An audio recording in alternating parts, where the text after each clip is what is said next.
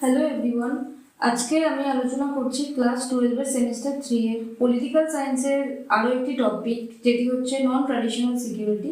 এর আগের দিন আমি ট্র্যাডিশনাল সিকিউরিটি সম্পর্কে আলোচনা করেছিলাম, যেগুলো ইউনিট 3 এর মধ্যে আছে।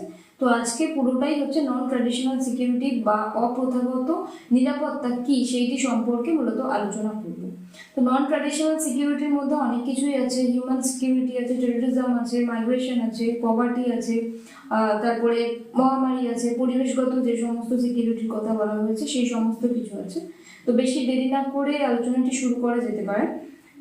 অপ্রথাগত নিরাপত্তা কি বা নন ট্র্যাডিশনাল সিকিউরিটি বলতে আমরা কি বুঝি। আগের দিন আমরা যেখানে দেখেছিলাম যে ট্র্যাডিশনাল সিকিউরিটি বলতে এমন একটা পরিস্থিতিকে বোঝায় যেখানে শুধুমাত্র রাষ্ট্রকেন্দ্রিক একটা কথা, রাষ্ট্রকেন্দ্রিক যে নিরাপত্তাগুলো জড়িত আছে, রাষ্ট্রকে কেন্দ্র করে যে নিরাপত্তাগুলো জড়িত আছে, সেইগুলোই হচ্ছে ট্র্যাডিশনাল সিকিউরিটি, যার মধ্যে ইন্টারনাল সিকিউরিটি ছিল এবং এক্সটার্নাল সিকিউরিটি ছিল। কিন্তু নন ট্র্যাডিশনাল সিকিউরিটি যেটা, এটা পুরোটা রাষ্ট্রকেন্দ্রিক নয়, কিন্তু রাষ্ট্রের মধ্যে অবস্থিত মানুষের, মূলত হচ্ছে ব্যক্তির যে অধিকারগুলো আছে, ব্যক্তির যে নিরাপত্তাহীনতাগুলো আছে, ব্যক্তি যে যে সমস্যার মুখে পড়ে সেই দিকগুলো থেকে মুক্তি পাওয়ার জন্য যে যে নিরাপত্তার কথা বলা হয় সেগুলোই হচ্ছে নন ট্র্যাডিশনাল সিকিউরিটির মধ্যে পড়ে। তো প্রথাগত নিরাপত্তা যেখানে রাষ্ট্রের সার্বভৌমত্ব এবং সামরিক শক্তির উপর জোর দেয়, যেটা আমি বললাম, সেখানে অপ্রথাগত নিরাপত্তা মানুষের প্রতিদিনের জীবনের যে ঝুঁকিগুলোকে আছে সেইগুলো হচ্ছে প্রাধান্য দেয়।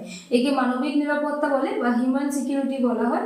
এর মূল লক্ষ্য হলো অভাব থেকে মুক্তি বা ফ্রিডম ফ্রম ওয়ান্ট, এবং ভয় থেকে মুক্তি বা ফ্রিডম ফ্রম ফিয়ার। তো অপ্রথাগত নিরাপত্তা বলতে আশা করি বোঝা গেছে যে হচ্ছে রাষ্ট্রের সুরক্ষার চেয়ে এখানে মানুষের সুরক্ষা, মানুষের দৈনন্দিন জীবনে যে যে সমস্যাগুলো দেখা দেয়, যে যে ঝুঁকিগুলো দেখা দেয়, মানুষ যে যে ভয় থেকে ভয়ের মধ্যে থাকে, সেইগুলো থেকে মুক্তিই হচ্ছে এই অপ্রথাগত নিরাপত্তার মধ্যে পড়ে। তো এখানে একটা তুলনামূলক বিশ্লেষণ দেওয়া হয়েছে, যেখানে আগের দিন যদি না ভিডিওটা দেখে থাকো তাহলেও হালকা পাতলা বুঝতে পারবে যে প্রথাগত নিরাপত্তা কি এবং অপ্রথাগত নিরাপত্তা কি।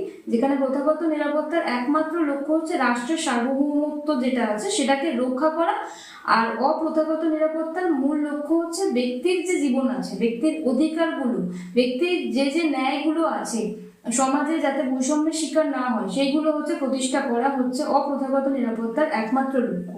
তারপরে প্রথাগত নিরাপত্তার হাতিয়ারের মধ্যে হচ্ছে সামরিক শক্তি, ইন্টারনাল হোক আর এক্সটার্নাল হোক, সবকিছু ক্ষেত্রেই হচ্ছে পুলিশ বাহিনী দ্বারা বা মিলিটারি দ্বারা হচ্ছে প্রথাগত নিরাপত্তা সুরক্ষিত করা হয়েছিল, আগের দিন দেখেছিলাম। কিন্তু অপ্রথাগত নিরাপত্তার ক্ষেত্রে যদি মানুষের যদি সমাজের অর্থসামাজিক যে উন্নয়ন আছে সেটা যদি করা যায় এবং মানুষকে সহযোগিতা করা যায়, ব্যক্তিগত ক্ষেত্র থেকে আস্তে আস্তে নিজের ধাপ, নিজের জীবনের যে বিকাশ ঘটানো যায়, তাহলে এই অপ্রথাগত নিরাপত্তাগুলো আছে সেইগুলো সুরক্ষিত হতে পারে। এবং প্রথাগত নিরাপত্তা যেগুলো আছে সেগুলোর হুমকি কি থাকতে পারে, বিদেশি রাষ্ট্র এবং সীমান্ত আক্রমণ, এগুলোই হচ্ছে প্রথাগত নিরাপত্তার প্রধান হুমকি বা এইগুলোই হচ্ছে নিরাপত্তাহীনতার কারণ। আর অপ্রথাগত নিরাপত্তাহীনতার কারণ কি হতে পারে, দারিদ্রতা, মহামারী, জলবায়ু পরিবর্তন, এই সমস্ত কিছু, যে যে টাইপগুলো আছে, যে যে প্রকারভেদগুলো আছে, এগুলোই মূলত হচ্ছে অপ্রথাগত নিরাপত্তার হুমকি। ঠিক আছে, এবার আসা যাক মূল উপাদানগুলোকে নিয়ে। সিলেবাস অনুযায়ী যেগুলো দেওয়া আছে শুধুমাত্র সেইগুলোকেই আলোচনা করব। মানব নিরাপত্তা, সন্ত্রাসবাদ, অধিবাসন, দারিদ্রতা, মহামারী এবং পরিবেশগত নিরাপত্তা। তো প্রথমে মানব নিরাপত্তা সম্পর্কে আলোচনা করি।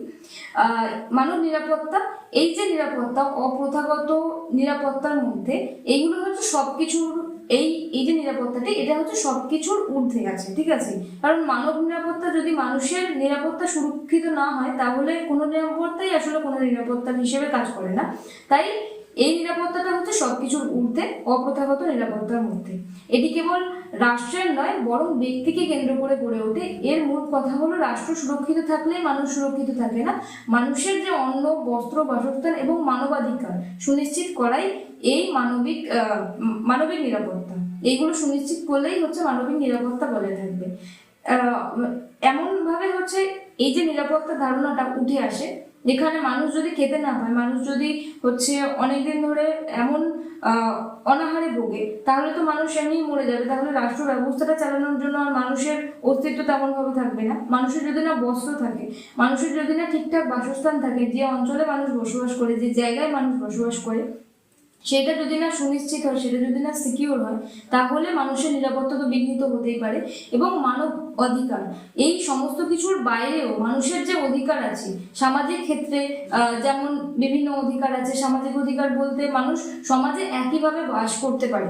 সমাজে একইভাবে বাস করতে পারে বলতে সমাজে যেভাবে অনেক কমিউনিটি আছে, সেই কমিউনিটির মধ্যে মানুষ যাতে হচ্ছে ভেদভাব না হয়, মানুষের মধ্যে যাতে একটা বৈষম্যের ব্যাপার না থাকে, প্রত্যেক মানুষ যাতে সমানভাবে বাস করতে পারে। রাজনৈতিক অধিকার থাকতে পারে এই মানবাধিকারের মধ্যে। রাজনৈতিক অধিকার কি? মানুষ পলিটিক্যালি হচ্ছে পার্টিসিপেট করবে সব মানুষের মধ্যে, কোনো মানুষকে বৈষম্য করা হবে না যে সে রাজনীতিতে পার্টিসিপেট করতে পারবে না, কোনো ইলেকশন কন্টেস্ট করতে পারবে না। এটা হচ্ছে রাজনৈতিক অধিকার। আর কি হতে পারে? অর্থনৈতিক অধিকার হতে পারে। অর্থনৈতিক অধিকার কি হতে পারে? অর্থনৈতিক অধিকার বলতে মানুষের যাতে একটা সুষ্ঠু জীবনযাপন করার জন্য একটা সিকিউর জব থাকতে হবে, মানুষের যাতে এমন অন্যের সংস্থান থাকে যাতে মানুষের পুরো ওভারঅল এই যে অধিকারগুলো আছে এই সমস্ত কিছু হচ্ছে সিকিউর হতে পারে। তো হিউম্যান সিকিউরিটি বা মানবাধিকারের মূল তিনটে ভিত্তি হলো ফ্রিডম ফ্রম ফিয়ার, মানুষ যাতে কোনো কিছুতেই ভয়ের মধ্যে না থাকে। প্রত্যেকটি জিনিস, যে যে উপাদানগুলো মানুষের নিরাপত্তা সুনিশ্চিত করার জন্য দরকার, সেই জিনিসগুলো থাকলে মানুষের আর হচ্ছে এই ভয় বা ফিয়ার এগুলো থাকবে না। তো তারপরে হচ্ছে freedom from want or poverty, দারিদ্রতা থেকে মুক্তি। দারিদ্রতা থেকে মুক্তি কিভাবে হবে? যদি মানুষের অর্থনৈতিক নিরাপত্তা সুনিশ্চিত থাকে, যদি মানুষের অন্ন যোগানের যে সামর্থ্য সেটা যদি মানুষের থাকে, তাহলে তো মানুষ দারিদ্রতা থেকে মুক্তি পাবে। তো এটা যদি থাকে, তারপরে কি গ্লোবাল সিকিউরিটি। গ্লোবাল সিকিউরিটি বলতে পরিবেশগতভাবে বা সন্ত্রাসবাদী যদি আক্রমণ হয় সেইগুলোর থেকে রক্ষা পাওয়ার মানুষের একটা মৌলিক অধিকার। রাষ্ট্র সেই অধিকার হচ্ছে মানুষকে দেবে, রাষ্ট্র সেইগুলোকে হচ্ছে রেজিস্ট করবে বা হচ্ছে আটকাবে এবং মানুষকে রক্ষা করবে। মহামারী থেকে রক্ষা, মহামারীটা একটা আলাদা পয়েন্টই আছে, আলাদা হচ্ছে একটা অপ্রথাগত নিরাপত্তার পয়েন্ট আছে। তো তিনটেই আলাদা আলাদা পয়েন্ট আছে, সেগুলো আমি পরবর্তীতে ডিসকাস করছি। তো এটাই হচ্ছে মানবিক নিরাপত্তা, যেটা হচ্ছে মানুষকে কেন্দ্র করে গড়ে ওঠে এবং মানবের যে অধিকারগুলো আছে সেগুলো সুনিশ্চিত করাই হলো হচ্ছে মানবিক নিরাপত্তার মূল লক্ষ্য। ঠিক আছে, এর পরের যে স্লাইড আছে সেই স্লাইডে যাই, যেখানে হচ্ছে সন্ত্রাসবাদ বা টেররিজমের কথা বলা হচ্ছে। সন্ত্রাসবাদ বর্তমান বিশ্ব নিরাপত্তার অন্যতম প্রধান চ্যালেঞ্জ। এটি কেবল কোনো নির্দিষ্ট দেশের সীমানায় সীমাবদ্ধ নয়। সন্ত্রাসবাদের মূল বৈশিষ্ট্য কি আছে? সন্ত্রাসীরা রাজনৈতিক পরিবর্তনের লক্ষ্যে কাজ করে, বিমান অপহরণ, বোমা বিস্ফোরণ ইত্যাদি পদ্ধতি ব্যবহার করে। বিশ্বের দৃষ্টিকোণে কেন্দ্রে আসে হচ্ছে যখন 2001 সালে 11ই সেপ্টেম্বর, মানে সেপ্টেম্বর 11 অ্যাটাক বলে যেটাকে আমরা চিনি, আমেরিকায় হয়। এবং এছাড়া শুধুমাত্র আমেরিকায় সন্ত্রাসবাদী অ্যাটাক হয় না, আরো অনেক জায়গায়। কিন্তু এই সন্ত্রাসবাদের মূল কারণ কি হতে পারে সেটা আমাদের জানা দরকার। এটা সবসময় আমরা যেভাবে সন্ত্রাসবাদী হিসেবে দেখাই এরকমটা নয় যে মানুষ একেবারে জন্ম থেকেই সন্ত্রাসবাদী হয়ে যায়, এরকমটা নয়। কোনো মানুষ বা কোনো গোষ্ঠীর যখন নির্দিষ্ট লক্ষ্য থাকে বা রাষ্ট্র সেটাকে পূরণ করছে না সেই লক্ষ্যটাকে, সেই উদ্দেশ্যটাকে, তখন মানুষ কি করে যে রাষ্ট্রের এগেনস্টে বা রাষ্ট্রের বিরুদ্ধে যখন হামলা করতে থাকে এবং ভাবে যে তার এগেনস্টে কিছু পেয়ে যাবে, তাকে হামলা করলে কিছু পেয়ে যাবে, কিন্তু আসলে সেটা হয় না। রাষ্ট্র আবার তার এগেনস্টে মানে সন্ত্রাসবাদের এগেনস্টে কিছু না কিছু স্টেপ নিয়েই নেয় যখন এই সন্ত্রাসবাদীরা এরকম ধরনের বোমা বিস্ফোরণ করে বা যা কিছুই হচ্ছে করে থাকে। তো এই যে সন্ত্রাসবাদ শুধুমাত্র আমরা এক দেশে থেকে যদি অন্য দেশ থেকে আক্রমণ আসে তাহলে আমরা অনেক ক্ষেত্রে বলে দিই যে সেটা সন্ত্রাসবাদী আক্রমণ, কিন্তু সেই দেশের দিক থেকে আমাদের দেশে পাল্টা অ্যাটাকটা তাদের কাছে সন্ত্রাসবাদী আক্রমণ। এটা হচ্ছে একটা ভাইস ভার্সা ব্যাপার। তো সন্ত্রাসবাদ এইভাবে এসছে। যেমন ভারতের ক্ষেত্রে যদি বলি, ভারতের ক্ষেত্রে হচ্ছে পাঠানকোট অ্যাটাক, উড়ি অ্যাটাক, এই সমস্ত কিছু সন্ত্রাসবাদী অ্যাটাকের মধ্যে পড়ে, সন্ত্রাসবাদী যে আক্রমণ সেটার মধ্যে পড়ে। শুধুমাত্র আমেরিকা নয়, সব দেশেই মোটামুটি সন্ত্রাসবাদী আক্রমণ কম বেশি হচ্ছে, ঘটেই গেছে। তো এই যে সন্ত্রাসবাদীরা শুধুমাত্র যে তাদের নিজস্ব যে লক্ষ্য আছে সেইটা পূরণের জন্যই কোনো রাষ্ট্রকে আঘাত করে, রাষ্ট্রের কোনো নির্দিষ্ট অঞ্চলের উপর আঘাত করে। ঠিক আছে, এরপরে যাই অধিবাসন বা মাইগ্রেশন। এখানে মাইগ্রেশনের কারণগুলো হলো দারিদ্রতা, কর্মসংস্থানের অভাব, সহিংসতা এবং রাজনৈতিক দমনপীড়ন। এটা আগে বলে রাখা দরকার, আমরা অধিবাসন কেন হয়, মানে মানুষের অধিবাসন কেন হয়। ধরো কোনো মানুষ বা কোনো গোষ্ঠী, অনেক পরিবার এমন থাকে যারা বর্ডারের কাছে বাস করে, মানে একটা দেশের বর্ডারের সঙ্গে আর একটা দেশের বর্ডারের তো শেয়ার আছে। তো এই বর্ডারের কাছে বাস করলে তো মানুষের মধ্যে অনেক ধরনের সেই মানুষদেরকে এক জায়গা থেকে অন্য জায়গায় বারবার বারবার হচ্ছে তাদের বাসস্থান চেঞ্জ করতে হয়। তো এইভাবে যখন মানুষ বাসস্থান চেঞ্জ করে সেটাকে বলে মাইগ্রেশন বা সেটাকে বলে অধিবাসন। তখন তাদের ডকুমেন্টেশনের সমস্যা হয়, মানে তাদের যে আইডেন্টিটি সেটাকে প্রমাণ করতেই তাদেরকে মানে সমস্যার অনেক সম্মুখীন হতে হয়। এই মাইগ্রেশন অনেকভাবে হতে পারে, ইন্টারনালিও হয় আবার এক্সটার্নালিও হয়। ইন্টারনালি কিভাবে, যখন যদি একটা দেশের নিজের দেশের মধ্যেই হচ্ছে তাদের যে বাসস্থান আছে সেটা সেরে অন্য জায়গায়, মানে সেই দেশের মধ্যেই আরো একটি স্থানে আরো একটি অঞ্চলে সেই সব মানুষদেরকে গিয়ে থাকতে হয়, তখন সেটাকে কি বলে, ইন্টারনালি ডিসপ্লেসড পিপল। আর যখন যখন সেই দেশে আর থাকার কোনো জায়গা থাকে না, যখন সেই দেশের বাইরে গিয়ে অন্য দেশে থাকতে হয়, সেইটাকে বলা হয় রিফিউজি। ঠিক আছে, মানে দেশ ছেড়ে পুরোপুরি পালাতে হয়, যেটা আমি এখানে লিখেছি যে রিফিউজি তাদেরকে বলে। যখন এরকম ভাবে রিফিউজি হিসেবে মানুষ এক দেশ থেকে অন্য দেশে চলে যায়, তারা হয়তো কারোর মানে এই দেশের যা পুলিশি ব্যবস্থা আছে বা মিলিটারি সিস্টেম আছে বা বর্ডার আছে সেইগুলো ভেদ করেই চলে আসে। ফলে তাদের যে আইডেন্টিটি, তারা অন্য দেশের আইডেন্টিটি বহন করছিল এতদিন ধরে, কিন্তু অন্য একটা দেশে যখন তারা আগমন ঘটে তাদের, তখন তাদের আইডেন্টিটি চেঞ্জ হবে। কারণ প্রত্যেকটা দেশের নিয়ম আলাদা, প্রত্যেকটা দেশের আলাদা আলাদা আইডেন্টিটি কার্ড থাকে। আমাদের ভারতে যেমন আধার কার্ড, ভোটার কার্ড, সেরকম অন্য দেশে, বাংলাদেশের ক্ষেত্রে, পাকিস্তানের ক্ষেত্রে, আমেরিকার ক্ষেত্রে আলাদা আলাদা বিভিন্ন আইডেন্টিটি আছে, আলাদা আলাদা পরিচয়পত্র আছে।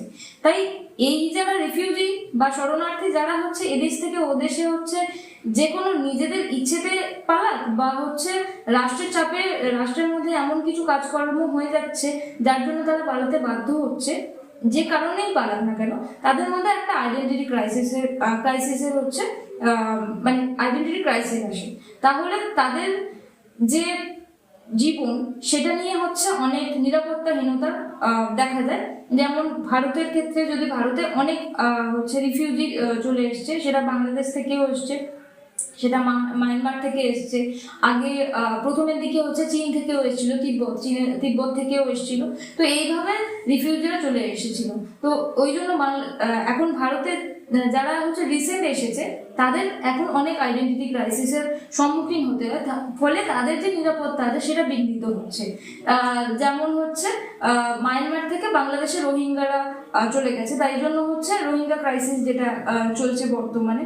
তারপরে বাংলাদেশের বিভিন্ন ধরনের যুদ্ধ হলে বা এই শেখ হাসিনা সরকারের যে ওই আনাগোনার ফলে, এই যে ইন্ডিয়ান গভর্নমেন্ট যেটা চলে আসে এখন, সেটার ফলে ভারতে হচ্ছে বিভিন্ন মানুষ চলে আসে। তো ভারতের যে আইডেন্টিটি, সে মানে ভারতের কি আইডেন্টিটি, মানে রিফিউজি যারা আসে সেই সব মানুষদের যে আইডেন্টিটি সেটার হচ্ছে নিরাপত্তাহীনতা দেখা দেয়। তো এটাই আমি বলতে চাইছি। তারপরে আসি দারিদ্রতা বলতে কি বোঝে? দারিদ্রতা বলতে সবাই এটা জানে যে দারিদ্রতা বলতে এটা একটা নিরাপত্তার ঝুঁকি। মানুষ যখন নিজেদের খাবার, নিজেদের অন্ন, বস্ত্র, বাসস্থান নিজেরা জোগাড় করতে পারে না, এটা হচ্ছে দারিদ্রতার একটা পরিচয়। যেমন এখানে বলে রাখা ভালো যে দারিদ্রতা শুধুমাত্র এইভাবে হয় না যে হচ্ছে একটা দেশের মধ্যে অনেক দরিদ্র মানুষ আছে, এইভাবে হয়ে আসছে যেখানে উত্তর গোলার্ধের ধনী দেশ এবং দক্ষিণ গোলার্ধের গরিব দেশগুলোর মধ্যে একটা বিশাল অর্থনৈতিক বৈষম্য। মানে আমরা দক্ষিণ গোলার্ধের মধ্যে আছি, আমরা দক্ষিণ এশিয়ার দেশ, তো মানে সাউথ এশিয়ার দেশ হিসেবে আমরা হচ্ছে গরিব দেশ, হচ্ছে উত্তর গোলার্ধের পার্সপেক্টিভে তারা মনে করে যে আমরা অনেক গরিব দেশ, কিন্তু তারা সেই গরিবটা বানানোর পিছনে হচ্ছে তাদেরই হাত আছে। তারা যেভাবে হচ্ছে যখন উপনিবেশ স্থাপন করেছিল এবং তারপরে যখন তারা চলে যায়, সবকিছু নিয়ে চলে যায়, ফলে আমাদেরকে গরিব করে দিয়ে চলে যায়। এই যে ডিফারেন্স, সেটা শুধুমাত্র আজকের দিনে ঘটেনি, এটা আমাদের স্বাধীনতার আগে থেকে ঘটে আসছে। তো এটার কথাই বলছি। এবং তারপরে তারা যখন মানে এখন তারা হচ্ছে ইন্ডাস্ট্রিয়ালাইজ হয়ে গেছে, তারা হচ্ছে টেকনিক্যালি অ্যাডভান্স হয়ে গেছে, তাই জন্য তারা ধনী দেশ হিসেবে পরিণত হয়েছে। এবং আমরা যারা এগ্রিকালচারাল দেশ, আমরা কৃষি নির্ভর দেশ, তারা হচ্ছে গরিব হয়ে পড়ে আছি। তো এই যে বিশ্বজুড়ে এই যে অস্থিরতা, এটাও হচ্ছে মানুষের বা অপ্রথাগত একটা নিরাপত্তা সংকট হিসেবে দেখা দেয়। তো মানুষের মধ্যে কি দেখা দেয়? কর্মসংস্থানের অভাব। এই সময় এগ্রিকালচারাল দেশগুলোতে হচ্ছে কর্মসংস্থানের অভাব তো দেখাই যায়। যখন মানুষ টেকনিক্যালি মানে যখন রাষ্ট্র টেকনিক্যালি অ্যাডভান্স না হয়, যখন প্রত্যেকটা মানুষকে জব না দিতে পারে, কাজ না দিতে পারে, তখন তো হচ্ছে তাদের অন্ন বস্ত্র বাসস্থানের অভাব হবে। তাই জন্য তারা দারিদ্রতায় ভুগবে। তাই জন্য এখানে অপ্রথাগত নিরাপত্তাহীনতা চলে আসবে এবং খাদ্যাভাবে মানুষের অপরাধমূলক কাজে প্ররোচিত করতে পারে। মানে মানুষ যখন নিজেদের কাজ করতে পারবে না, তখন যে কোনো কাজে, যে কোনো সেটা ভালো কাজ হোক, সেটা সমাজের জন্য ভালো হোক, সেটা তারা দেখবে না। যে কাজ তারা পাবে কম পয়সায় হলেও সেই কাজ করতে যাবে। এর সমাধান কি হতে পারে? সমাধান হচ্ছে সরকারকে আগে হচ্ছে এগিয়ে আসতে হবে, মানুষের জন্য কর্মসংস্থান সুনিশ্চিত করতে হবে। ঠিক আছে, তারপরে হচ্ছে মহামারী বা প্যান্ডামিক বা এপিডেমিক যাই বলো না কেন, মহামারী এটা শুধু আজকের দিনে নয়। আজকে কোভিড-19 হচ্ছে বলে আমরা শুধুমাত্র জানতে পারছি, কিন্তু আগে যখন কলেরা, আগে যখন ম্যালেরিয়া, এই সমস্ত জিনিস হতো, তখন তো মানুষকে একঘরে করে দেওয়া হতো। যখন একদম খুব আগেকার দিনে আমরা বিভিন্ন উপন্যাস, বিভিন্ন গল্প পড়ে এগুলো জানতে পারি। তো আগেকার কালে হচ্ছে তেমন ওষুধ পত্র ছিল না, কিন্তু এখনকার দিনে ওষুধপত্র থেকেও কোনো লাভ নেই। এখনকার দিনে এমন একটা পরিস্থিতি, এমন একটা পরিবেশ, যেখানে হচ্ছে ভ্যাকসিন দেওয়ার পরেও হচ্ছে মানুষ, এমন একটা ছোঁয়াচে রোগ এসেছে যেখানে মানুষ মরে যাচ্ছে। তো এই যে মহামারীর মতো জিনিস আসার ফলে মানুষের নিরাপত্তা বিঘ্নিত হচ্ছে। এই যে রোগগুলো আছে, এগুলো কোনো দেশের অর্থনীতি এবং জনজীবনকে পুরোপুরিভাবে বিপর্যস্ত করে দিতে পারে, যা সামরিক শক্তি দ্বারা ঠেকানো সম্ভব নয়। সামরিক শক্তি দিয়ে কি করে ঠেকাবে? সামরিক শক্তি না হয় হচ্ছে বাহ্যিক যে আক্রমণ আছে, বিদেশি আক্রমণ আছে, সেটাকে হচ্ছে ঠেকাতে পারে বা সেটাকে হচ্ছে রেজিস্ট করতে পারে, আটকাতে পারে। কিন্তু মহামারী মানে সামরিক শক্তি দিয়ে তো আর মহামারী আটকানো যায় না। যে আমি পুলিশ বাহিনী পাঠালাম, আমার যে ভাইরাসগুলো আছে, ব্যাকটেরিয়াগুলো আছে, সেগুলো হচ্ছে অ্যাটাক করার জন্য, এটা কখনো হয় না। মহামারী কেউ আটকাতে পারবে না। তো এটি একটি হচ্ছে নিরাপত্তা হুমকি। কেন? একটি দেশের রোগ নিয়ন্ত্রণের সাফল্য ও ব্যর্থতা অন্য দেশকে সরাসরিভাবে প্রভাবিত করে। ঠিক আছে, এছাড়া মহামারী নিয়ন্ত্রণে সরকারকে বিশাল অর্থ ব্যয় করতে হয় অবশ্যই, কারণ লাখ লাখ কোটি কোটি মানুষ মরে যায়। তাই সরকারের যে অর্থ আছে সেটাও হচ্ছে চলে যায়, ফলে দেশের অর্থনীতি অনেকটা পিছিয়ে পড়ে এবং সঙ্গে সঙ্গে মানুষ মরে যায়। তাই রাষ্ট্রের যে হচ্ছে মিলিটারি গ্রুপ, সেটা কিভাবে তৈরি হবে? যখন মানুষ মরে যাবে, তখন রাষ্ট্রের মধ্যেকার যে একটা নিরাপত্তা আছে, সেটা বিঘ্নিত হবে এবং একটা অস্থির পরিবেশ তৈরি হবে। এরপরে আসি, যেটা সব থেকে লাস্ট পয়েন্ট, সেটা হচ্ছে পরিবেশগত নিরাপত্তা বা এনভায়রনমেন্টাল সিকিউরিটি। এটা হচ্ছে অপ্রথাগত নিরাপত্তার একটা গুরুত্বপূর্ণ শাখা। কেন? মানুষ তো আছে, কিন্তু পরিবেশ না থাকলে তো মানুষের অস্তিত্বটাকে টিকিয়ে রাখা কোনোভাবেই সম্ভব নয়। তাই জন্য হচ্ছে পরিবেশগত নিরাপত্তাটা সুনিশ্চিত করলেই তারপরে মানব নিরাপত্তাটা সুনিশ্চিত হবে। মানুষের যতই মৌলিক নিরাপত্তা থাকুক, মৌলিক অধিকার থাকুক, তো জলবায়ু পরিবর্তন এবং প্রাকৃতিক ভারসাম্য রক্ষা করা এখন বিশ্ব রাজনীতির কেন্দ্রবিন্দুতে। আগে মানুষ হচ্ছে ঠিকঠাক ভাবেই ছিল, কারণ আগে অনেক গাছপালা ছিল। এখন যত বংশবৃদ্ধি হচ্ছে, এখন যত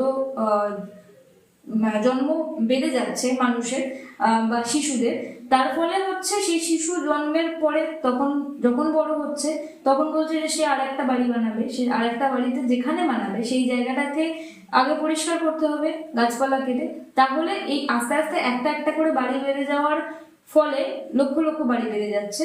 তাই জন্য হচ্ছে পরিবেশ ধ্বংস হয়ে যাচ্ছে এবং পরিবেশ ধ্বংসের পিছনে কারণও মানুষ, তাই তো। তো এই যে পরিবেশগত নিরাপত্তা, মানুষ যখন অনেকটা পর্যায়ে চলে আসার পরে মানুষ লক্ষ্য করছে যে এই সেবারে পরিবেশগত নিরাপত্তার দিকেও আমাদেরকে খেয়াল রাখা দরকার। কারণ পরিবেশগত নিরাপত্তা যদি আমাদের না থাকে, পরিবেশকে যদি আমরা নিরাপদ না করতে পারি, তাহলে আমাদের নিরাপত্তা সুনিশ্চিত করা কারোর পক্ষে সম্ভব নয়। তাই পরিবেশগত নিরাপত্তাটা খুবই জরুরি। তো প্রথমে কি আছে? বিশ্ব উষ্ণায়ন বা গ্লোবাল ওয়ার্মিং, যেটা হচ্ছে পৃথিবীর তাপমাত্রা বৃদ্ধি পাওয়ায় আর সমুদ্রপৃষ্ঠের উচ্চতা বাড়ছে এবং যা কলকাতা বা বাংলাদেশের মতো উপকূলীয় অঞ্চলের জন্য বড় বিপদ। শুধু কলকাতা বাংলাদেশ না, পৃথিবীর বিশ্বের সব দেশের জন্যই বিপদ আছে। তো সম্পদ নিয়ে দ্বন্দ্ব কি কি আছে? ওয়াটার ক্রাইসিস আছে, এখন জলের পরিমাণ আস্তে আস্তে কমে যাচ্ছে, খনিজ তেলের পরিমাণ কমে যাচ্ছে। আমরা দেখছি যে ইরান, আমেরিকা, তারপরে ইসরায়েল, এই সমস্ত দেশ যুদ্ধে লিপ্ত হয়েছে। আবার পাকিস্তান ও আফগানিস্তানও যুদ্ধে লিপ্ত হয়েছে। জানি না এদের যুদ্ধে করে কি কাজ আছে, কিন্তু এই সমস্ত যুদ্ধের শুধুমাত্র যারা যুদ্ধ করছে তাদের উপরেই প্রভাব পড়ছে এটা নয়, প্রভাবটা আসলে সব দেশের উপরেই পড়ছে। যারা হচ্ছে খনিজ তেল এক্সপোর্ট কান্ট্রি আছে, আর যারা হচ্ছে এই খনিজ তেলগুলো নিচ্ছে, মানে আমাদের মতো দেশ যারা তেল এক্সপোর্ট করে না, আমরা তো তেলের দেশ নই যে আমাদের তেলের খনি নেই তাই আমরা উৎপাদন করতে পারবো না, তাই আমাদের এই জিনিসগুলোর হচ্ছে অভাব পড়ছে। তাই জন্য আমাদেরকে যুদ্ধটাও থামানো, মানে যুদ্ধটা এখন থামাতেও বলা যাবে না, আবার যুদ্ধ হলেও অনেক সমস্যা আছে। এই যে নিরাপত্তা, এইগুলোর হচ্ছে আমাদের অভাব দেখা দিচ্ছে। এবং পরিবেশ বিপর্যয়, যেটা বললাম, আমাদের ওজোন স্তর যেভাবে হচ্ছে ক্ষয়ে যাচ্ছে, বনভূমি বিনাশ আমরা যেভাবে করছি, জীব বৈচিত্র্যের ক্ষতি মানে যেভাবে হচ্ছে আমরা কোনো প্রাণীকে বিলুপ্ত করে দিচ্ছি, মানে সেই প্রাণী যদি না আমাদের কাজে লাগে, যদি আমাদের খাওয়ার কাজে না আসে, যদি না সেটা আমাদের মিউজিয়ামে রাখার কাজে যদি না আসে, মিউজিয়ামে বলছি কেন, মানে চিড়িয়াখানায় জুতে রাখার কাজে না আসে, সেই জিনিসগুলো, সেই প্রাণীগুলোকে আমরা সরাসরিভাবে ডাইরেক্টভাবে ক্ষতি করে দিচ্ছি। তাই জন্য মানুষ এর যে অস্তিত্ব আছে সেইভাবে হচ্ছে বিপন্ন হচ্ছে। তো ওভারঅল এটাই হচ্ছে অপ্রথাগত নিরাপত্তার বিষয়গুলো আছে যেগুলো আমি তুলে ধরলাম, সন্ত্রাসবাদ, পরিবেশগত নিরাপত্তা, মানব অধিকার যেগুলো আছে সেইগুলো রক্ষা। তো এই ছিল আজকের ভিডিও। Thank you.